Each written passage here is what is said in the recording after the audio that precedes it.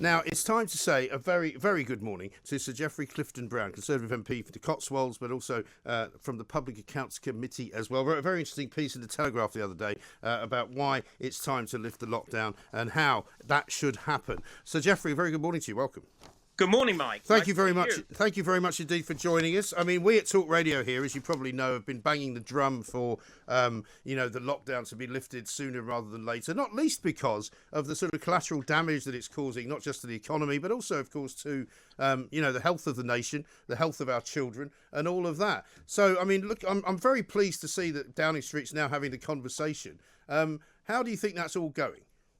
Well, we've got the announcement by the Prime Minister on Monday, so there's been an awful lot of speculation. We don't know what he's going to say. The only thing I would really say is I think he's been made more cautious because of what happened with the Christmas easing of lockdown. Yeah. But of course, we're in a very different situation now. We know that the first four priority cohorts have been vaccinated. So every week that goes by, more and more people are being protected by the vaccination. I've now been offered a vaccination. I'm 68. I've been offered a vaccination. I'll be having one in the next week or two. Yeah. So more and more people are being protected. And what I would simply say through your programme to the Prime Minister is don't be too cautious. Because as you've got on your programme, you've got a children's psychiatrist coming on, talking about children's mental health. We know that businesses are being hugely damaged. Now, I know we want to be cautious and not make the national health be overwhelmed again. But on the other hand, if we're too cautious, we're going to do more damage to people's mental health, more damage to businesses. And what I was saying in my article in the Telegraph was to actually gradually open up the economy, going back to the tiered system again, and areas like mine in the Cotswolds, where there was always been and still is very low levels of infection, start opening up the economy in those areas and see what happens. You can always bring it back a bit, but to have a blanket, too cautious approach for the entire nation is not the right way to go forward. No, and my sense is that Boris's instinct is to do precisely what you're suggesting, Sir Geoffrey. However, he's being sort of surrounded by people telling him not to do that, all of whom are the last ones in the room, it seems to me. You know, you go in and you tell him what you think, he listens to what we say, but then the last guys he's talking to, these sage scientists,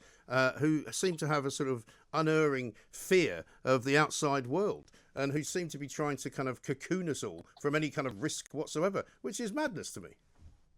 Well, the thing is, Mike, there's a balance of risk to be taken here. You can lock everybody down forevermore and hopefully extinguish the COVID virus. But on the other hand, you're actually doing huge damage to people's lives by continuing to keep them locked down. So there's a balance of risk here. And I think we've got to say very clearly to the Prime Minister, you've got to explain to the nation, because people are getting pretty fed up with being locked down at the moment. Yeah.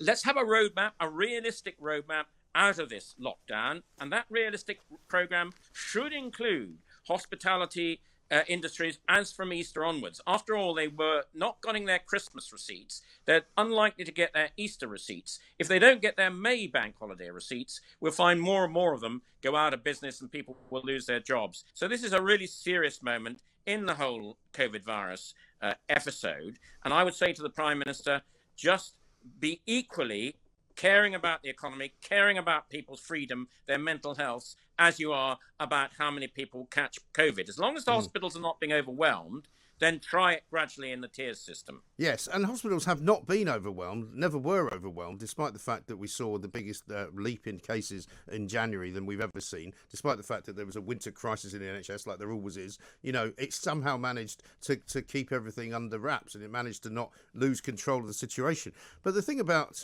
opening up pubs and opening up hospitality and opening up other businesses, I mean, we talked to a lot of people here, as you can imagine. We spoke yesterday to someone from the British Beer and Pub Association who said, you know, breweries, for example, need about a 3-week sort of lag time so that they can start brewing beer again, because they're not brewing beer at the moment because they can't sell it. However, if you say, well, let's get beer into pubs by the beginning of April, you need to tell them sort of at the beginning of March so that they can prepare, right?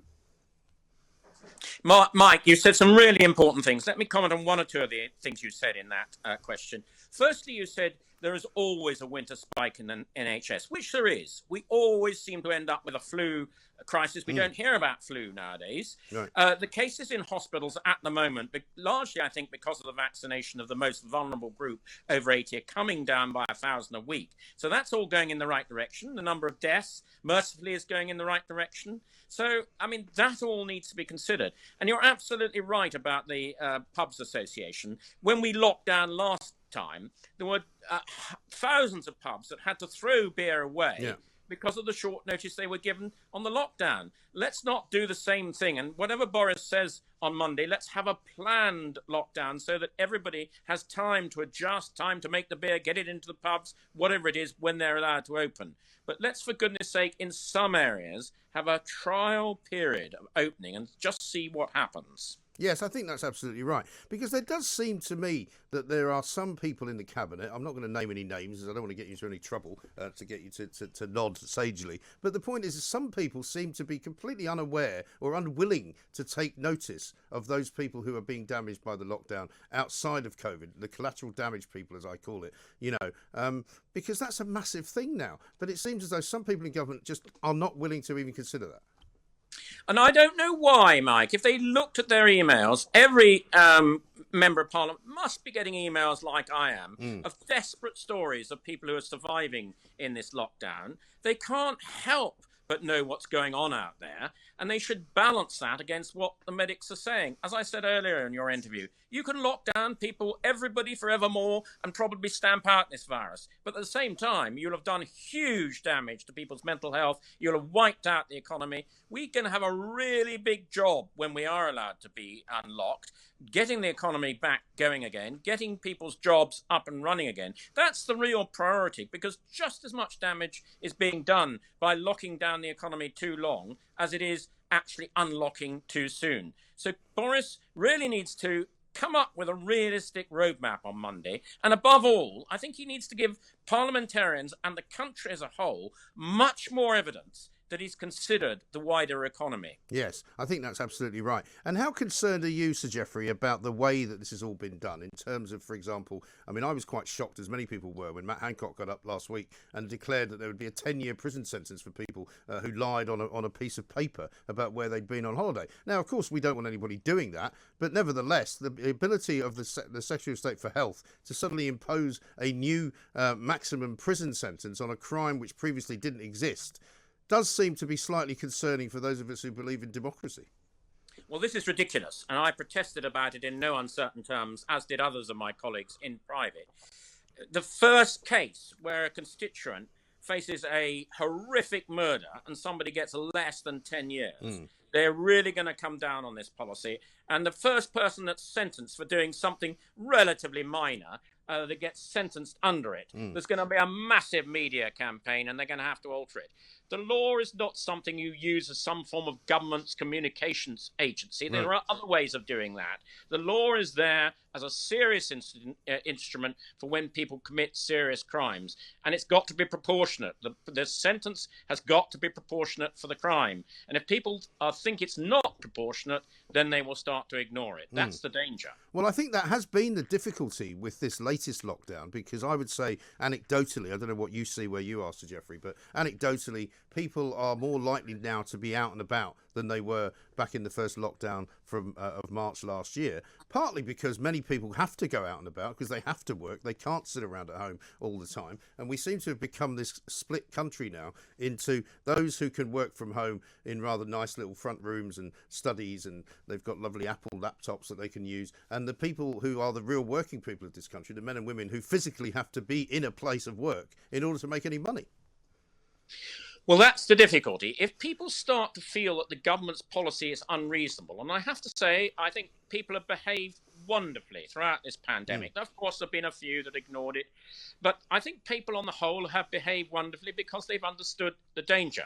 But if we lock down too long, particularly when an increasing proportion of the population is being protected by the vaccine, they will start to ignore the rules more and more, and then that could be a real moment of danger.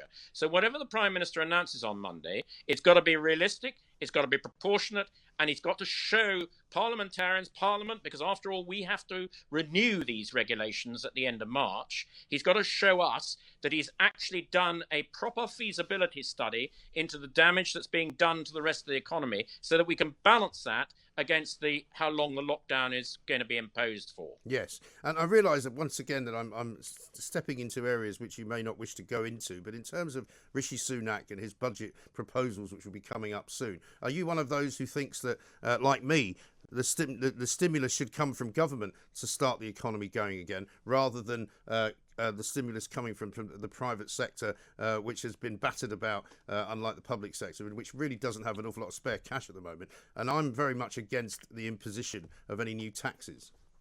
So, Mike, you raise a really important point. I've got businesses in my constituency who are going to lose their lifetime savings, lose their homes, and they're going to want to be given some form of incentive to want to actually start those businesses up again if they can. And the bulk of this economy in this country is made up of medium and small sized businesses, ordinary people doing a business from their home that just need that little bit of encouragement and help in the budget. And that is the only way we're really going to get the economy up and running again. So it's a really, really serious point, how we get these small businesses up and running again. Yes, absolutely right. And as far as the way that Sage has sort of gripped this particular crisis, and there might be, I'm sure, those who would say that they've done a good job in some ways, and they've kept the Prime Minister honest. They've given him all the information they've had. He's made decisions based on what they've told him.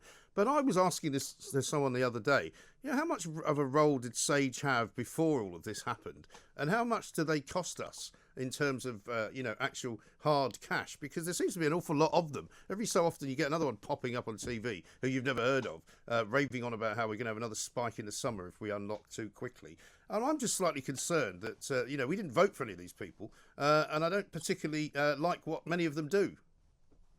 So we took evidence, as you were kind enough to say in your opening remarks, on the Public Accounts Committee, and we published our report last Friday. Yeah. One of the interesting things in that report is the role that the Vaccine Task Force, under the fantastic leadership of Kate Bingham, when she was put into her role, unpaid role, last April, that task force had no idea whether they were going to be able to find a vaccine that worked, where it was going to come from, how it was going to be manufactured in millions, tens of millions, hundreds of millions. And within 9 months, she'd got a vaccine that worked. The government had invested in the manufacturing process. And here we are with a vaccine that is beginning to lead us out of lockdown. That process normally takes 10 years. Right. But it was somebody from the private sector with the right skills working with the public sector that has enabled this hugely successful vaccine program to work. Now, we've got to do the same thing getting us out of lockdown. Get this test and trace thing working. Get us out of lockdown gradually. And I think actually with the vaccination program, we should be able to get out of lockdown much quicker than some of the speculation. I've seen reports this morning that people are talking about some of the business not being able to open till July. I know. I mean, that is just so pessimistic. I mean, it's just, it would, if I was one of those businesses, I would be in despair this morning. So I really do think the Prime Minister owes it to those people to announce a realistic programme on Monday. I think you're absolutely right. I think Kate Bingham, her next project should be the Home Office. We put her in charge of that. She can sort out the police. She can sort out the judiciary. She can sort out the border force. Bob's your uncle. This woman has clearly got success written all over her. Well, the thing about Kate was that she'd been in the financial business. She knew how to assess risk. And this is really what the Prime Minister needs to be doing at the moment. It's how much risk do you want to be taking? But there's risks on both sides of this argument. And I think he's really got to now actually really show some leadership and show us what a realistic roadmap is out of this whole dilemma, and not to be still here in July, August, in the middle of the summer when the tourist season should be at its height, still partially locked down. We should be able to do it much, much quicker than that. I was saying in my article, really, that many of my hospitality industries that have been so badly damaged really, at least initially, should be allowed to have a trial from Easter onwards, from the beginning of April onwards. That's the sort of, we're getting the schools back to business, hopefully, fairly quickly after March the 8th. And that is something we need to be, that is a real priority for us. And we don't want to be dragging that out for weeks. That should happen quite quickly after March the 8th, so that everybody knows, teachers, parents know where they stand on this, and whether they've got to teach virtually or whether they've got to teach wholly in the classroom. Because that's still another unanswered issue at the moment. And we need to sort that one out first, and then get a unlockdown for the rest of the economy. Absolutely right. I'll leave you with a tweet that I've just received from a listener called Pete, who says, "I'm willing to take the risk of pubs opening in my area first. This afternoon would be just fine."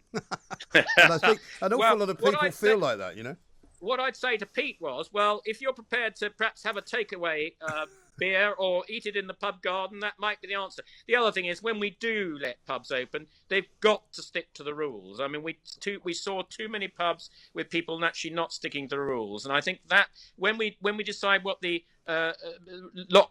unlockdown plan is, then everybody must stick to the rules. That's really, really important, because otherwise we will go backwards again, and we don't want that. No, of course. And I can say with absolute surety that in all of the pubs and all of the places that I go in London and did go to when they were open were incredibly well run, very well managed, and all the people in there were doing exactly what you would have expected them to do. So there are obviously, as you say, the odd miscreant here and there, but by and large, the British population wants this to be over, are willing to do almost anything to make it be over, and I think largely will do exactly as they should. Mike, they will do it if they feel the plan is reasonable. Yes. But once there's a widespread sentiment that the plans are being unreasonable, then we risk a widespread ignoring the rules. So I think that's why Boris is at some moment of real peril at the moment. He needs to actually weigh up these risks very carefully on both sides. But above all, just try in an area like mine and just see what happens. Absolutely right. Sir Geoffrey Clifton-Brown, great to talk to you. Thank you very much indeed. A rallying cry for the freedom of this country to be restored. So those of us who know what to do with it